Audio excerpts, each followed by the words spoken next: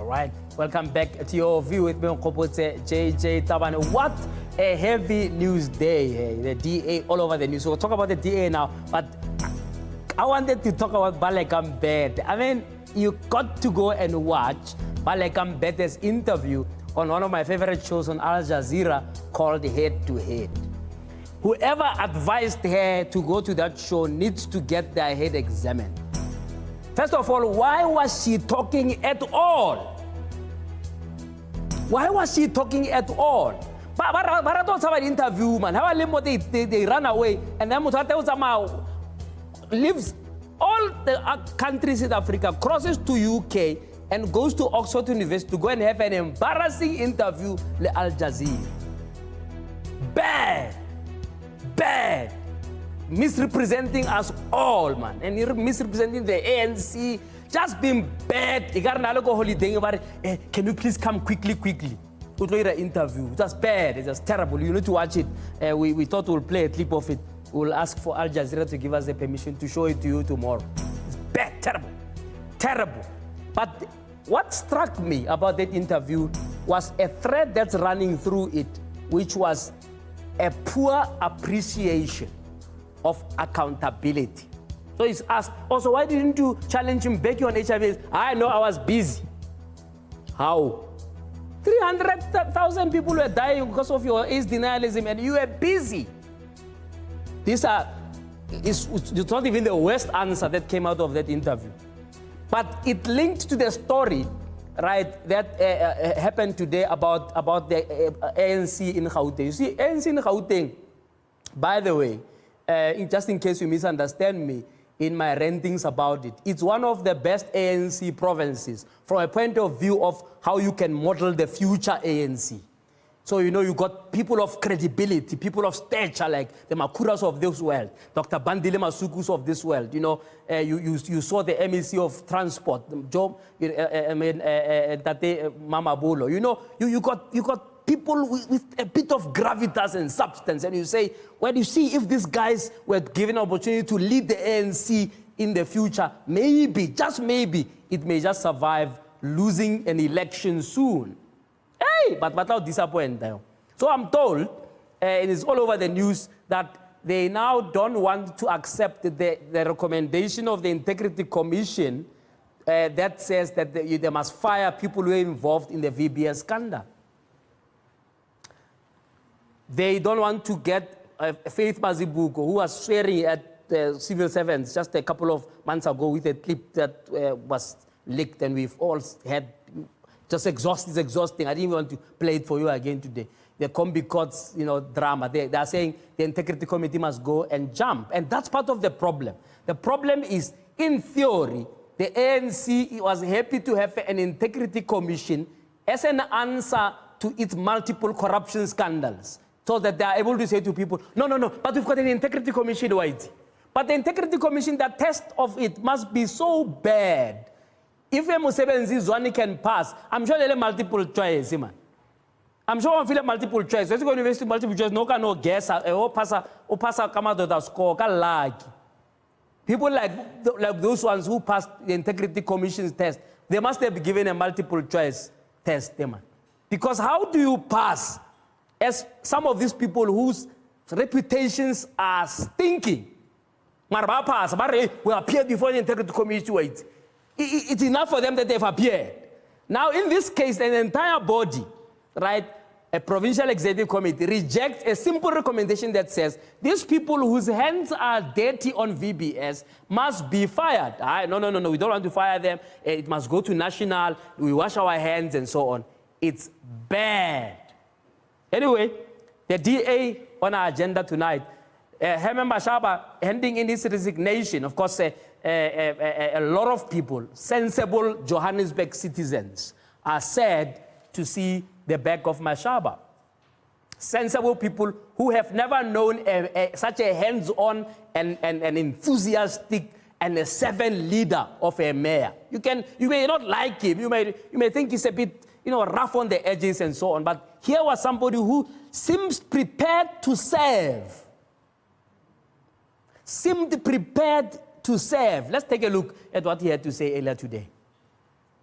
It is not in my nature to wait for people to push me. I have lived my life on my terms. It is for this reason that I've called this press conference today to announce my resignation from the DA Democratic Alliance effective 27th November 2019. It is on the request of the party leadership that my resignation is held off until this date to afford them the opportunity to identify a new candidate to fill this position. By so doing, I will no longer serve as a Democratic Alliance councillor, and therefore I'm required to resign as Executive Mayor of the City of Johannesburg, effective on the same date. I've given this decision considerable thought, and I've been tortured by the circumstances that have had to lead me to this moment. It is not in my nature to quit anything in life. I succeeded under the darkest days of our country's history when I was told that I could not be a businessman. However, I cannot be a willing participant in good conscience in a process that is placing the narrow internal interest of a political party ahead of the needs of the 5 million residents of our city, of the city of Johannesburg. Today is a difficult day. It is a difficult day for the people of Johannesburg, because any decision that anyone makes or takes should always be motivated first and foremost by how we serve the people of this country. Mbete Mashaba and I met a number of years ago.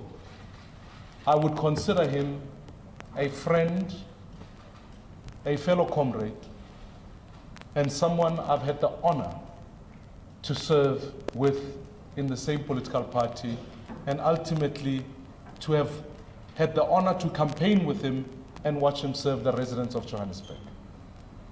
There can be no doubt, Johannesburg is a better place today than it was under the ANC.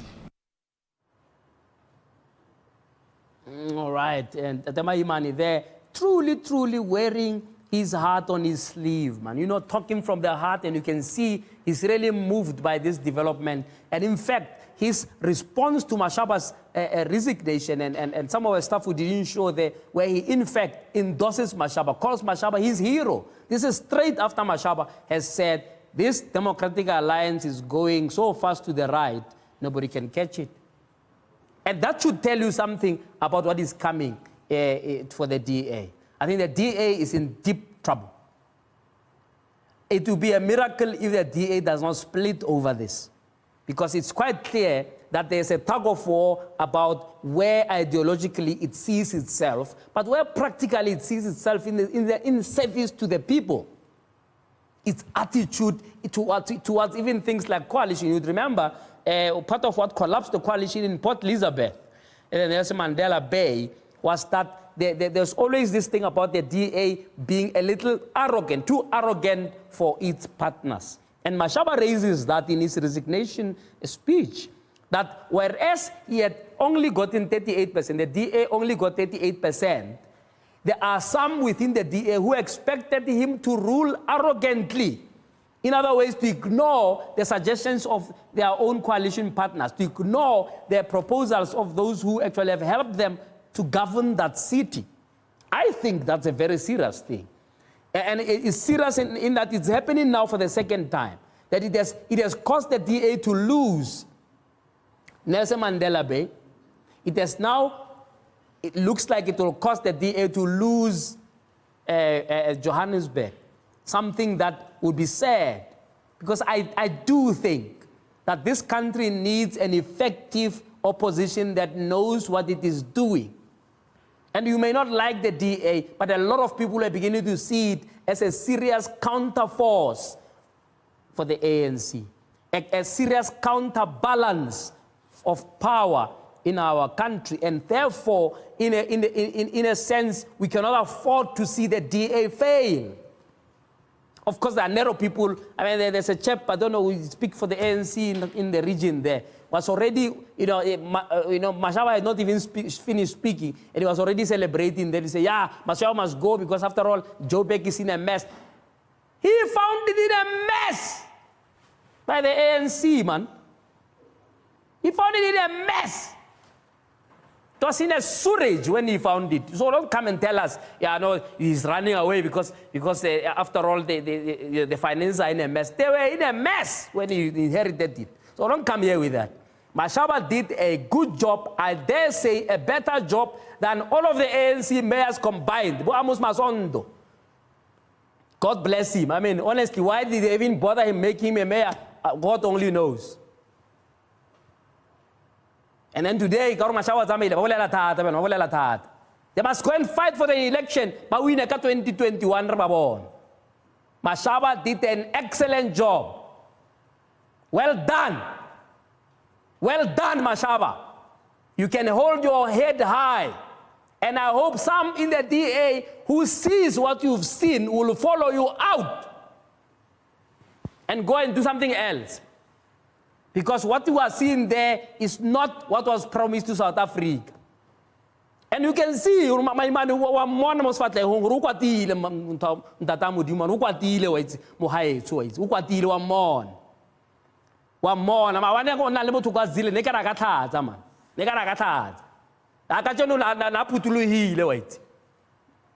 need to be honest, man, and stop with the games.